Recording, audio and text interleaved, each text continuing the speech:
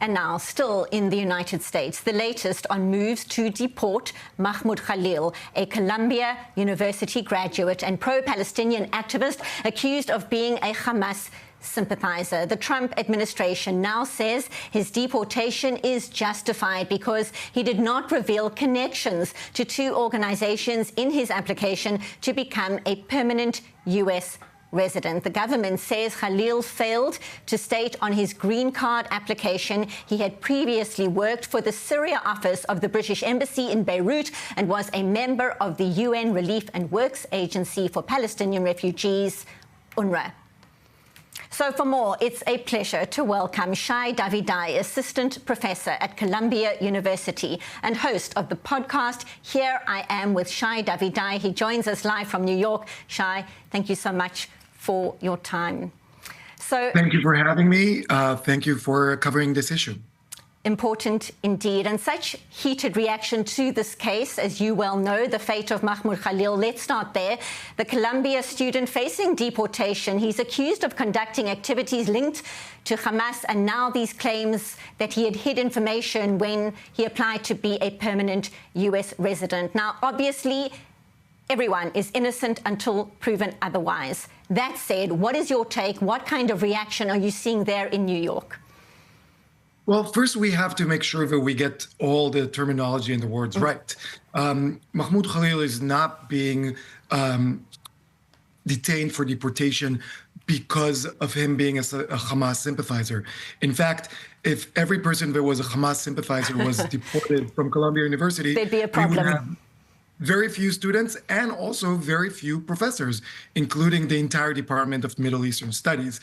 He's being detained for deportation because of his illegal activities on campus and for breaking his conditions of his green card. I know those conditions very well because I too am on a green card in the United States. I am very concerned about everyone's due process, including Mahmoud Khalil's due process. At the same time, I'm not worried that they would come for me because I have never violently taken over a university building, nor do I ever intend to. So putting that aside, what we're seeing now is Khalil becoming or being made into a folk hero. You have basically, instead of people arguing about whether this one specific person violated his conditions of staying in the United States, whether he lawfully conducted himself when applying for the green card, people are making this into an issue that it's unrelated about free speech, about things that completely have nothing to do with the case in hand. And over and above that, as you say, this is not about free speech, but certainly is being made out to be in many of the U.S. media, international media too, the coverage we are seeing. But there's a separate case also, families of Israeli hostages suing Mahmoud Khalil and other Columbia University protest organizers for allegedly running a Hamas propaganda arm on campus. Unprecedented indeed. Your thoughts on this? What can you tell us? So I haven't read all of the lawsuit to opine on it. I believe that a judge will give it, its day in court. But we do have to notice a few things that at least are concerning. 4 hours before the beginning of the October 7th massacre, the social media account of the organization that Mahmoud Khalil led on campus became reactivated after months of being dormant. And it has a map of the entire state of Israel in Arabic saying, "We are back." Now, I'm not saying that correlation means causation. I'm saying that, of course, we have to assume innocence. But this is something that needs to be at least looked into. How is the organization that has not been active on campus before October 7, and yet right after October 7 immediately jumps into its anti-Israel and anti-American activism, how is it that 4 hours before the biggest massacre of Jews since the Holocaust, all of a sudden it becomes reactivated? So I'm glad that this lawsuit is bringing things to light. I hope that an assumption of innocence is still being safeguarded, and we'll have to see what happens.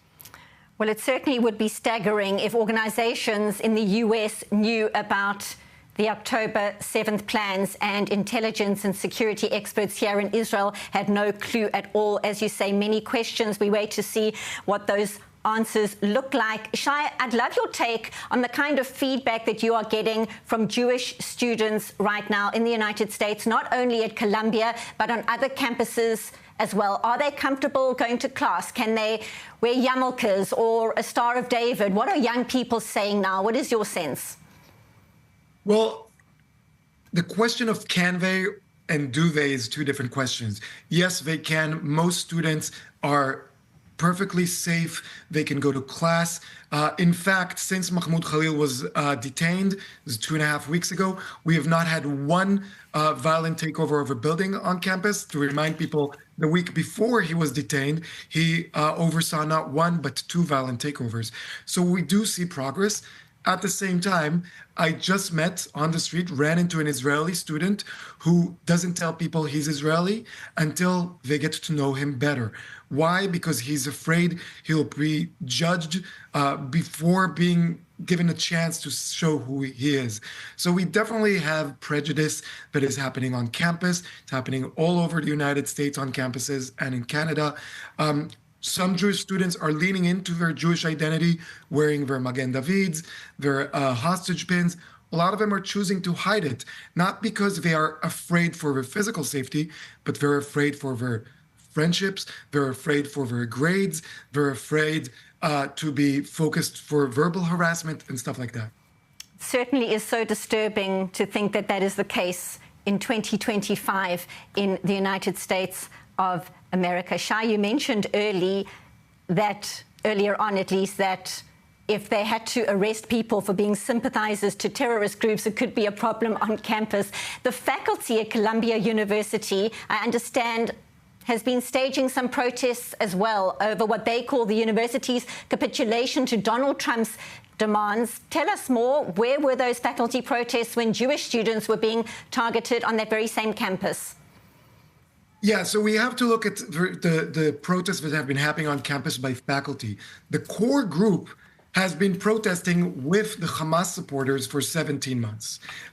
Those are names that everyone now knows: Joseph Massad, Rashid Khalidi, who just retired, Catherine Frank, who's pushed out to retirement, Joseph Howley, Susan Bernofsky, etc. But with them, we have this new group of faculty, who I call them the self-interested, incompetent, coward colleagues of mine, who have said nothing for the past year and a half. But all of a sudden, when the administration is putting its foot down and saying you cannot violate any minority's rights, including based on national origin, including based on religion, all of a sudden they are up in arms. Those faculty are so shameless, because what they're telling people is, we know how to protest. We just didn't care enough when Jews and Israelis were targeted. But when our research funds are being targeted, all of a sudden we care. That's the lowest form of, there's words I cannot say on this show, but it's just so lowly of anyone, especially a professor at a supposedly elite university. Certainly, the state of academia at these elite colleges seems perplexing when watching from afar. On a slightly more personal note, if you don't mind, I imagine your children would be quite young right now, but would you want to send your children to study at these elite colleges and universities in the United States? Would you think they would be safe? I don't know if they would be safe. I would perfectly not want to send them. I wouldn't want to spend 4 years, sleepless nights wondering what happens to my kids. Can they express their own opinions in class, or are afraid to get a grade not for their abilities, but get a bad grades for their views? Today, tomorrow, this year, I would never send my kids to Columbia. 9 years from now, when my son turns 18, I hope that we have won the fight against terrorism on campus, won the fight against antisemitism on campus. And yes, I will be happy to then send both my older son and my younger daughter to places like Columbia. Hopefully the situation changes long before then, hopefully. Shai Davidai, Assistant Professor at Columbia University and the host of the podcast Here I Am with Shai Davidai, live from New York. Thank you so much for being with us on The Rundown. Thank you very much for having me.